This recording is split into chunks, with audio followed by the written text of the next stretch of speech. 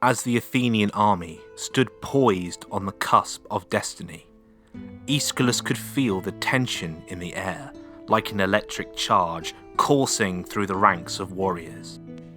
The sun hung low on the horizon, casting long shadows that danced like spectres on the dusty plains of Marathon.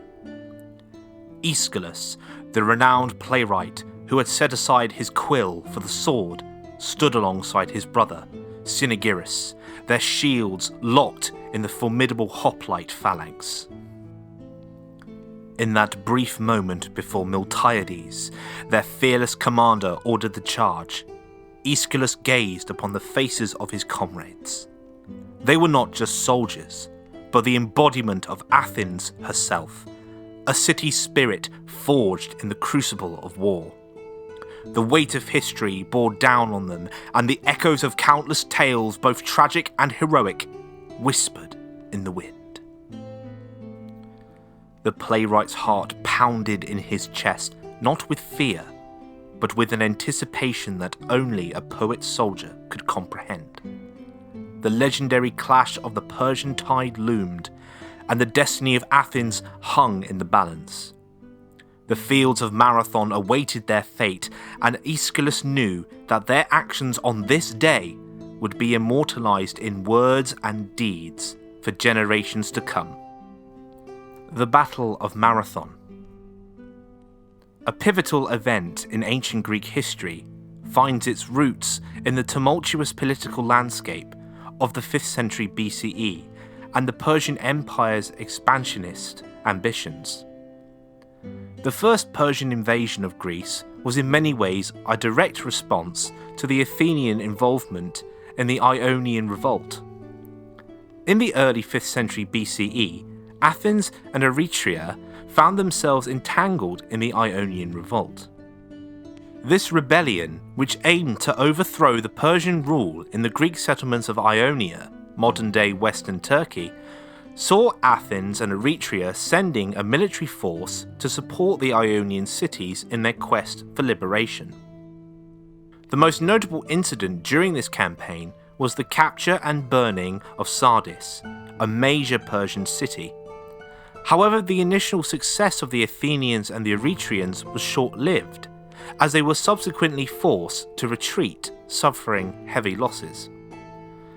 This retreat, following their raid on Sardis, incurred the wrath of Darius I, the Persian emperor.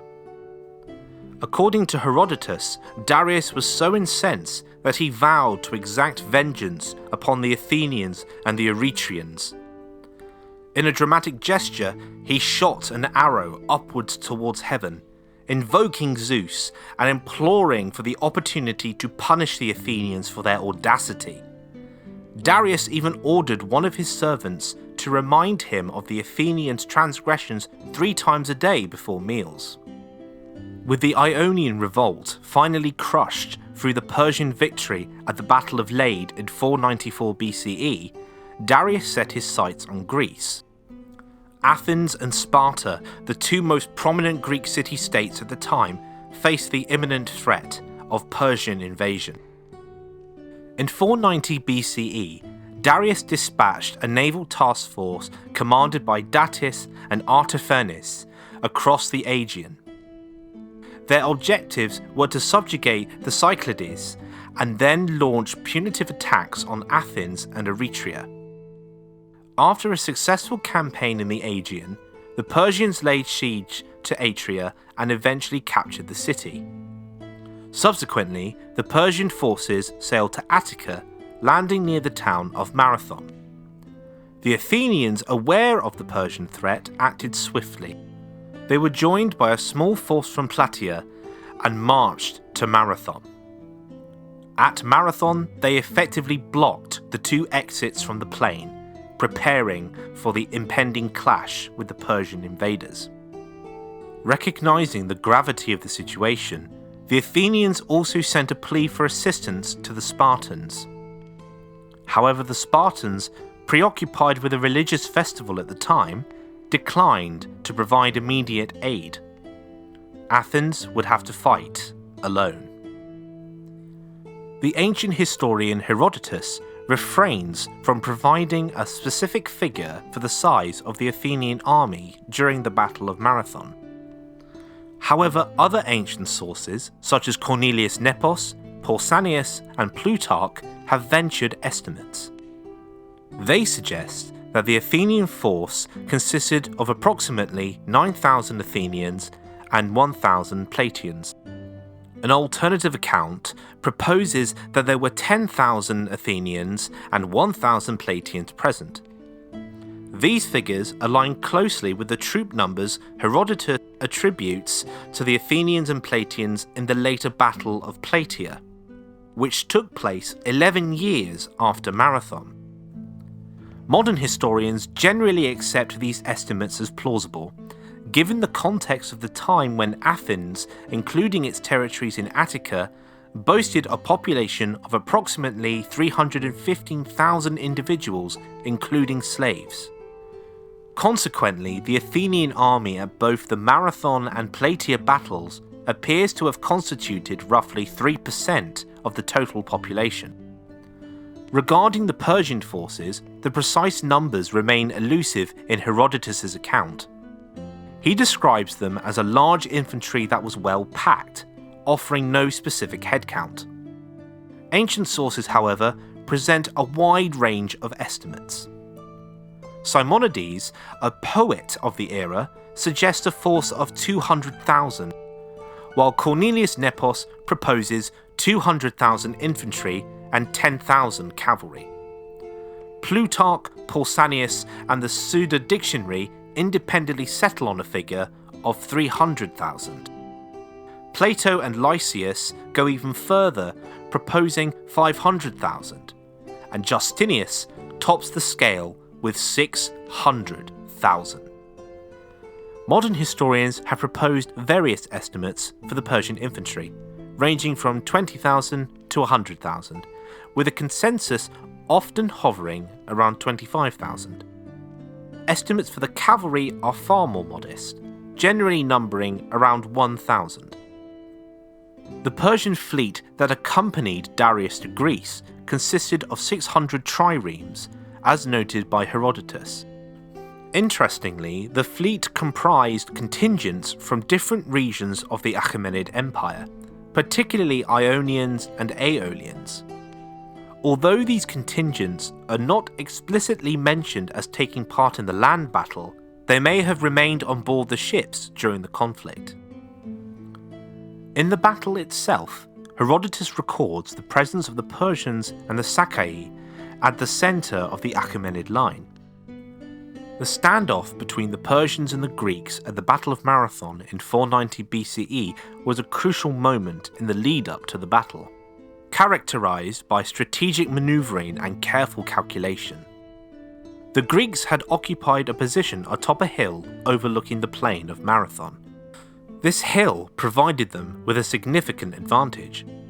On either side of the Greek position were marshy terrain, making it challenging for the Persian cavalry to manoeuvre effectively. The Greek hoplite infantry, renowned for its discipline and heavy armour, formed a formidable defensive line.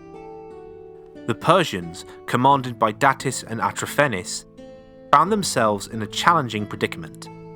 They had landed their formidable army on the plain of Marathon and had camped near the coast. However, the nature of the terrain, with marshes preventing flanking manoeuvres and the Greek hoplite formation defending the high ground, made it a strategic disadvantage for the Persians to initiate an attack. This situation led to a standoff that lasted for several days. As the days passed and the stalemate continued, Datis and Atrophenes realised that they needed to change their approach. Their fast Persian cavalry force, which was rendered largely ineffective by the marshes, could not be put to full use. So they decided to reboard their ships, planning to sail around the coast to attack Athens directly. Among the Greek generals, Miltiades was a keen observer and military strategist. He recognised the Persian strategy and the critical moment it presented. Understanding that the Persians would be temporarily weakened with their cavalry aboard the ships and separated from the main infantry force, Miltiades saw an opportunity to strike. He knew that such a decisive action would require the consensus of the other generals, as it involved reforming their lines and risking a direct assault on the Persian forces. Miltiades called for a vote among the Athenian generals, seeking their approval for this audacious plan. To gain the support of his fellow generals, Miltiades presented a compelling argument. He proposed thinning the centre of the Greek line while lengthening it to match the Persian formation, creating a stronger and more flexible centre. Miltiades' experience and reputation as a capable military leader carried significant weight in swaying the generals' decision. After a thorough debate and deliberation, the Athenian generals reached a unanimous decision to approve Miltiades' plan. With their consent secured, he prepared to order the attack. As the Athenian battle formation stood resolute and ready, a simple yet thunderous command echoed from the lips of Miltiades. The very earth trembled as these words electrified the air, igniting the hearts of warriors whose destiny lay intertwined with the fate of Greece. Herodotus suggests that the Athenians, beneath the weighty burden of their hoplite armour, embarked on an extraordinary endeavour. They appeared to defy the laws of physics as they sprinted relentlessly towards the enemy lines. Their relentless advance carried them through a hail of Persian arrows, their armour shielding them from the deadly barrage. It was a march that seemed impossible, a manifestation of unwavering determination and valour. This unique approach was born of necessity, as they confronted a Persian army predominantly composed of missile troops, facing a threat unlike any other. The Persians, awestruck and befuddled, perceived the Athenians as madmen courting their own demise. This audacious charge by a seemingly outnumbered force challenged the conventions of warfare. Braving the relentless storm of Persian arrows, the Greek line finally made contact with the enemy. The collision was cataclysmic, a clash of civilizations and valour as the Greek centre smashed into the foreign invaders with titanic force. The foreigners, notably the Persians and the Sacae, found themselves at the epicentre of this maelstrom. Amidst the chaos, the Persians seemed to be slowly pushing the weakened Greek centre back, almost breaking through. On the wings, where the Athenians and Plataeans held their ground, the Greeks reigned supreme. The Persian levies on the flanks, inferior in valour and discipline, were swiftly routed. With breathtaking precision, the Athenian wings pivoted inward, forming a vice around the embattled Persian centre. The Greeks' audacious and masterful strategy was now undeniable. As the sun dipped lower on the horizon, casting long shadows upon the battlefield, the Persian centre, which had shown more resilience against the slender Greek line, finally yielded. Panic surged through their ranks like wildfire. In a desperate bid for salvation, they fled headlong towards their awaiting ships, a chaotic retreat marked by terror and desperation. The battle's crescendo neared its climax, as the Athenians pursued the retreating Persians with the fury of a tempest. The pursuit was relentless as the storm-swept waves of the Aegean. Some of the Persians, disoriented by the unfamiliar terrain, plunged into treacherous swamps where the murky waters claimed an unknown number of lives. Amidst the chaos, a tale of singular heroism emerged from the fray. Cynaegirus, brother to the renowned playwright Aeschylus, defied mortal bounds. Charging into the sea, he seized hold of a mighty Persian trireme, a colossal vessel of war, and began a Herculean endeavour to drag it ashore. The Persian crew, recognizing the unyielding valor of their enemy, severed Cynaegirus' hand in a desperate bid to thwart his indomitable spirit. And even in death, he clung to his noble pursuit.